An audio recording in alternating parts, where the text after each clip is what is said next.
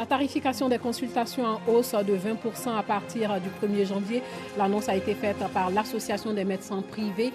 Qu'est-ce qui explique cette hausse du coût des prestations? Nous le saurons dans une poignée de minutes.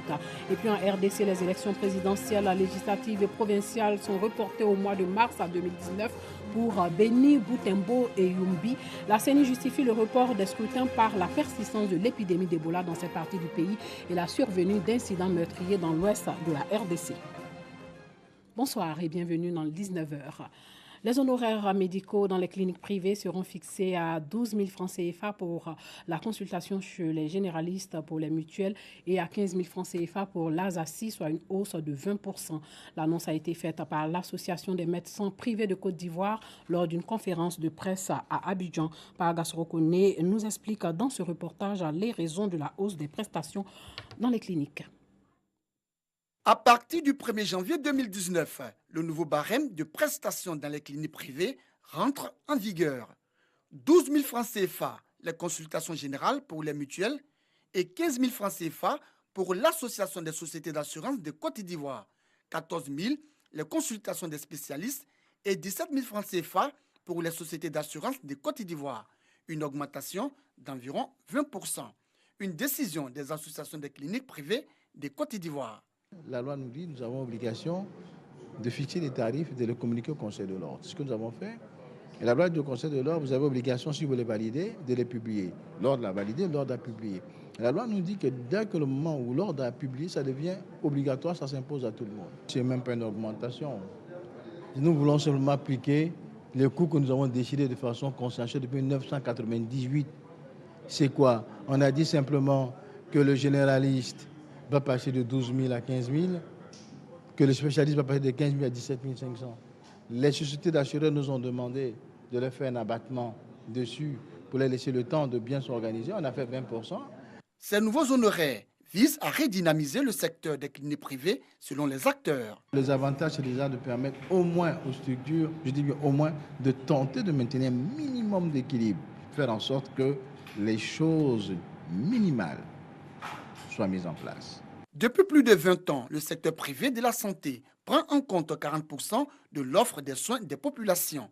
Il y a quelques mois, l'Association des cliniques privées de Côte d'Ivoire avait décidé d'appliquer ces nouvelles tarifications, mais après négociation avec le gouvernement et les sociétés d'assurance, il avait été décidé du report de l'application du nouveau barème.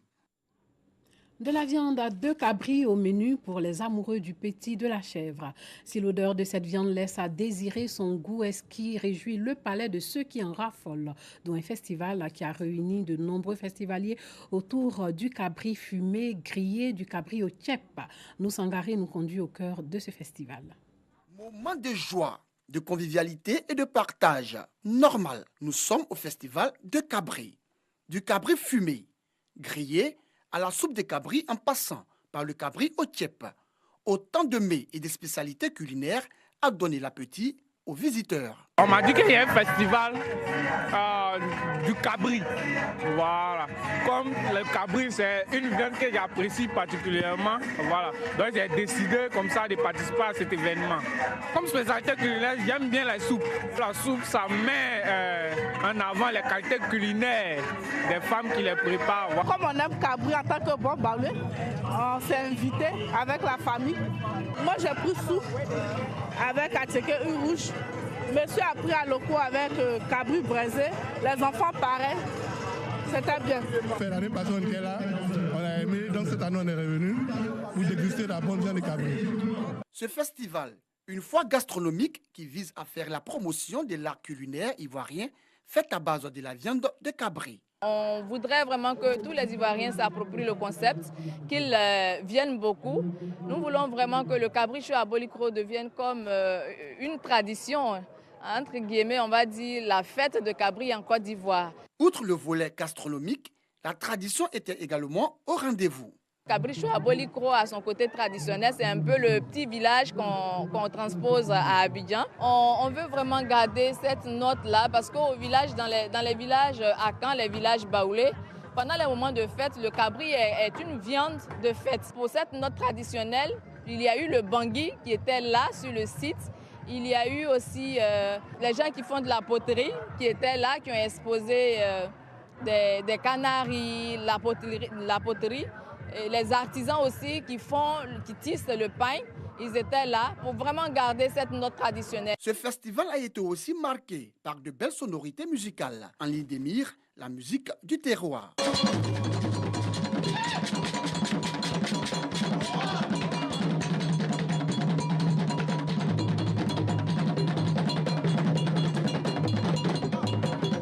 Plus de 3000 festivaliers ont pris part à cette deuxième édition du Festival du Cabri qui s'est tenue sur 2 jours au quartier d'Okuy dans la commune d'Abobo.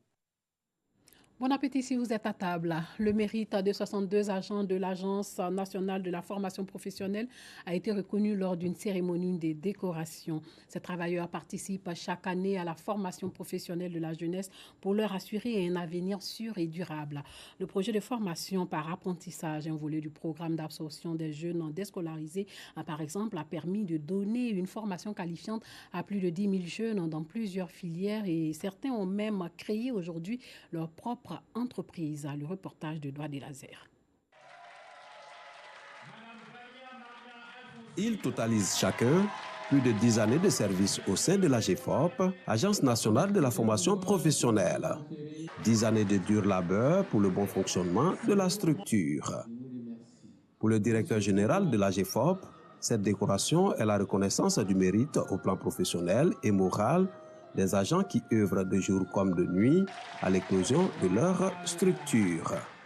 L'AGFOP a développé un portefeuille appréciable de projets qui visent à donner une qualification aux jeunes et à des populations vulnérables afin de leur permettre de s'insérer dans le tissu socio-économique. La réalisation de tous ces travaux et projets a été rendue possible grâce au personnel constitué aujourd'hui d'ingénieurs de la formation, de concepteurs de projets et en différents métiers.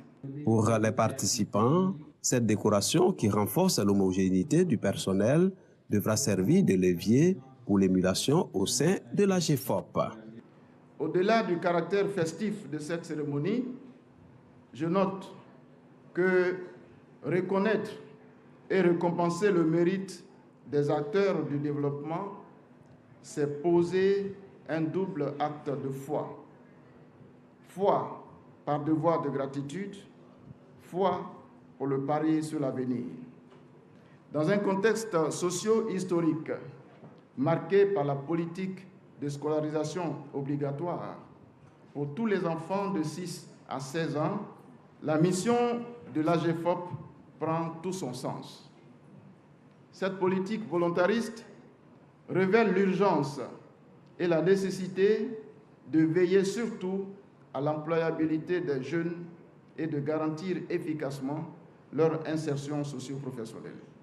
25 fonctionnaires et 37 agents contractuels ont vu leur mérite reconnu par leur hiérarchie. Un geste qui les interpelle à plus d'ardeur au travail. Quand on reçoit de telles distinctions, on est tenté de parler de soi. C'est une manière élégante d'expliquer ce qui nous vaut un tel honneur, même si je considère, pour ce qui nous concerne, que nous avons encore tant à faire pour le mériter pleinement. Les distinctions que nous venons de recevoir traduisent la reconnaissance de nos efforts par la République et nous en sommes fiers. Créée le 15 mai 1992 par l'État de Côte d'Ivoire, l'Agence nationale de la formation professionnelle, AGFOP, soutient le développement économique et social du pays à travers la formation continue et la mise en place des outils pour une meilleure qualification des populations actives au sein des entreprises publiques et privées. Un bâtiment de 2 classes, un bureau de directeur et des latrines viennent de sortir de terre à Adi Yapikro, une localité de Mbayakro dans le centre du pays, un don de la mutuelle de développement socio-économique avec l'appui financier de 2 cadres du village. Les travaux ont coûté 25 millions de francs CFA. Djeneba Ouattara, Kader Sogodougou. Adi Yapikro, village situé à 21 km de Mbayakro, région de Lifou. Le village vient de bénéficier d'un bâtiment de 2 classes entièrement équipé, de bureaux et de latrines. Bâtiment constituant la deuxième école primaire attribuée au village dans le cadre de la carte scolaire et qui malheureusement a fonctionné pendant 3 années dans des cabanes de fortune. Une réalisation rendue possible grâce à la mutuelle de développement de Adi Yapikro avec l'appui financier des frères Komoui, deux fils du village. Coût de l'infrastructure, 25 millions de francs CFA. Les clés du bâtiment ont été remises à la communauté éducative. On a 6 classes à construire, puisqu'on a déjà réalisé 2 classes, il nous reste encore 4. Et je pense qu'avec mes frères et sœurs du village, nous allons continuer dans ce sens. Vous voyez ces enfants qui sont là, qui vont être à l'abri dans ces classes.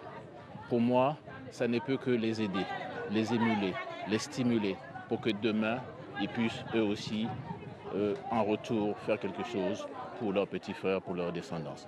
Faire bon usage de cet ouvrage et inciter par là même la mutuelle, les cadres de la zone, sinon du village d'Adi Yapikro, à faire davantage.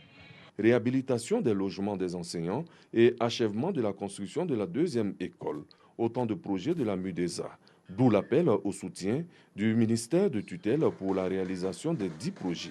L'école primaire publique de Adi Yapikro compte 11 classes, dont 3 en Payotte. Des enfants de couches défavorisés de la commune de Port-Bouët n'ont pas été oubliés le 25 décembre. Ils ont reçu des cadeaux d'une église et ont ainsi pu goûter à la joie d'avoir une voiture, une poupée ou même un vélo dont ils rêvaient certainement. Le reportage de Paraga Sorokone.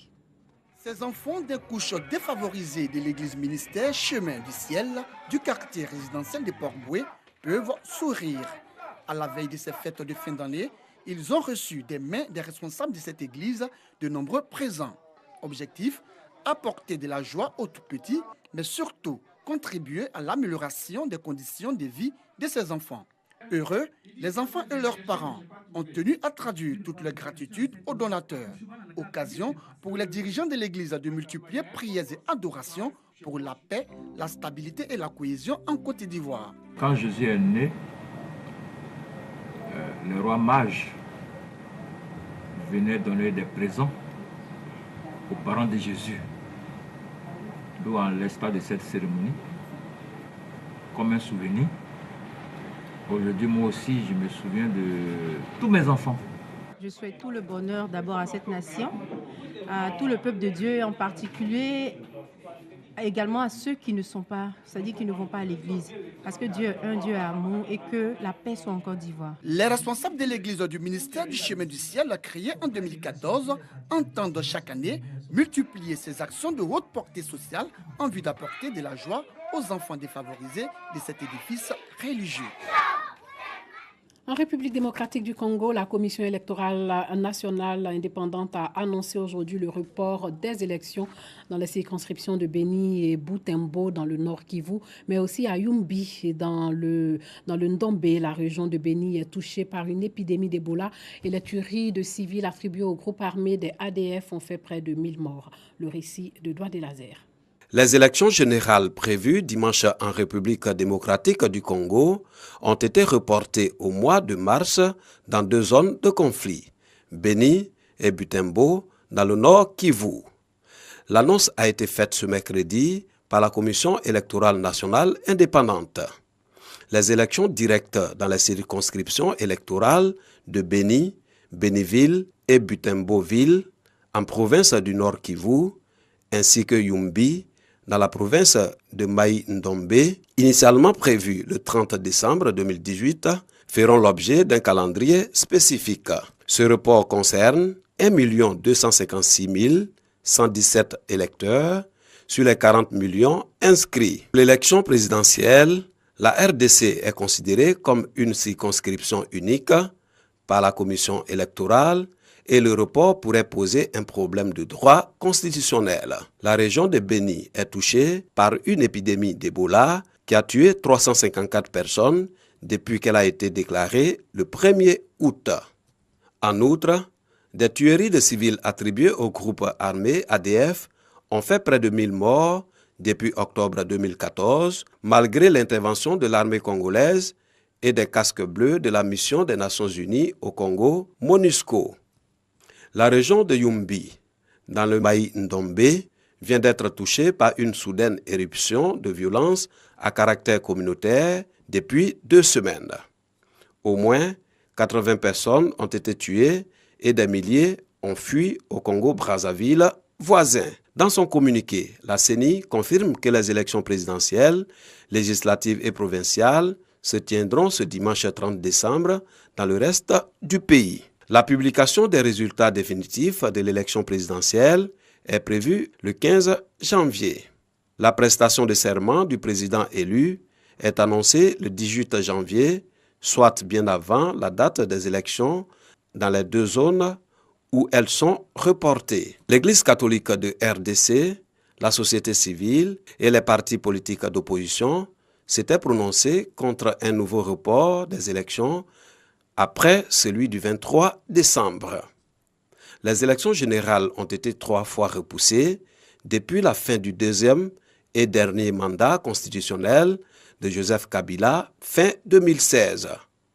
De décembre 2016 à décembre 2017, de décembre 2017 au 23 décembre 2018, puis du 23 au 30 décembre 2018. Pour ce soir, portez-vous bien.